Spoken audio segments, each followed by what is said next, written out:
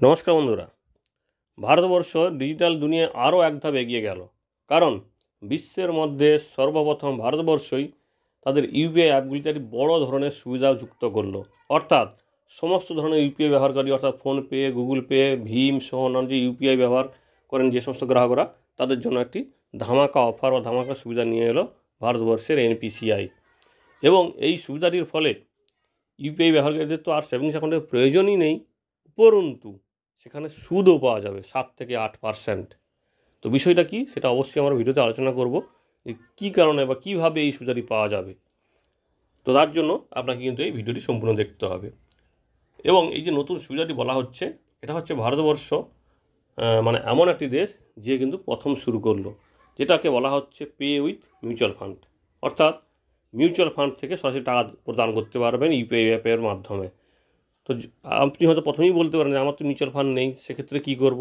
তো সেজন্য আপনাকে কিন্তু এই ভিডিওটিতে মোটামুটি দেখলেই একটি আইডিয়া আপনি পেয়ে যাবেন। বলা হচ্ছে ইউপিআইতে যে বড় পরিবর্তনটি আনা হয়েছে, সেই কারণে আর ব্যাঙ্ক অ্যাকাউন্ট ছাড়াই কিন্তু আপনি পেমেন্ট করতে পারেন।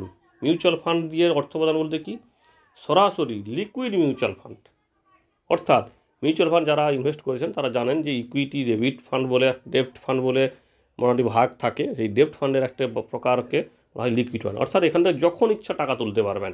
আর আপনার যদি মিউচুয়াল ফান্ডে টাকা না থাকে, আপনি যদি একটা লিকুইড ফান্ডে মানে ইনভেস্ট করে দেন, অনলাইনে বিভিন্ন ধরনের অ্যাপের মাধ্যমেও করতে পারেন। অবশ্যই ভরসাযোগ্য অ্যাপ হতে হবে। তো সেখান থেকেও কিন্তু আপনি সহজে এই পে উইথ মিউচুয়াল ফান্ড অপশানটি নিতে পারবেন। আর যদি আপনার মিউচুয়াল ফান্ডে ইনভেস্ট থাকে, লিকুইড ফান্ডে, সেক্ষেত্রেও কিন্তু আপনি এই সুবিধাটা পেয়ে নিতে পারবেন। দেখুন, এখানে বলা হচ্ছে সম্প্রতি এই বিষয়টি নিয়েই কিন্তু চালু হয়েছে পে উইথ মিউচুয়াল ফান্ড।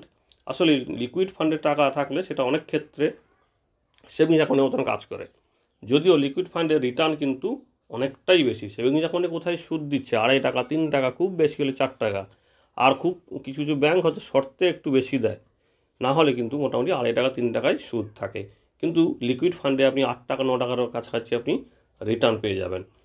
তো এখন এই মুহূর্তে যে দুটি কোম্পানি শুরু করেছে, সেটা হচ্ছে কি আইসিআইসিআই প্রুডেন্সিয়াল মিউচুয়াল ফান্ড এবং বাজাজ ফিনসার্ভের মতো সংস্থাগুলি শুরু করেছে। ধীরে ধীরে কিন্তু সমস্ত মিউচুয়াল ফান্ডগুলি শুরু করতে চলেছে।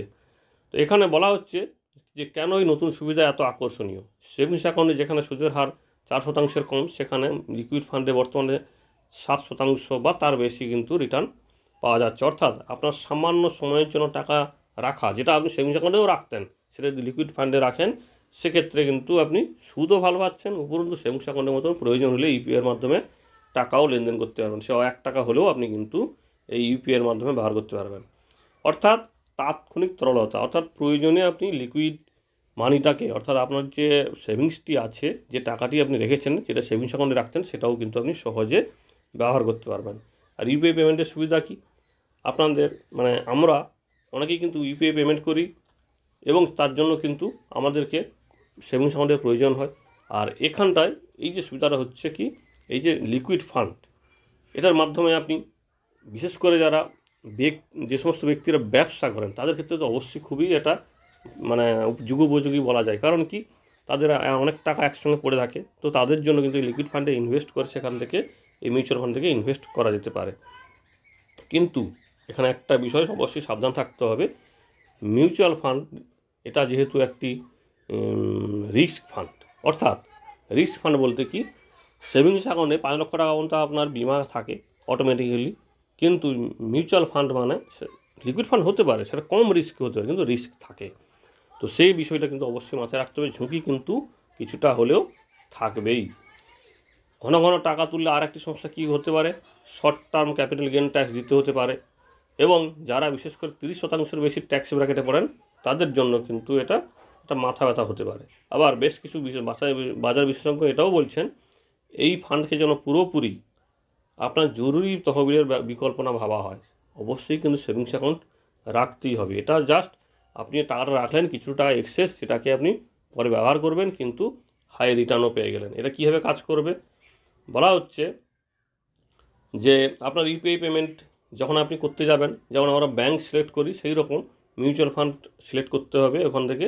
তারপরে সেখান থেকে মিউচুয়াল ফান্ডের নাম বা স্কিম সিলেক্ট করে সেখান থেকে রিডিম করলেই কিন্তু সঙ্গে সঙ্গে টাকা আপনার যাকে দেওয়ার তার কাছে পৌঁছে যাবে।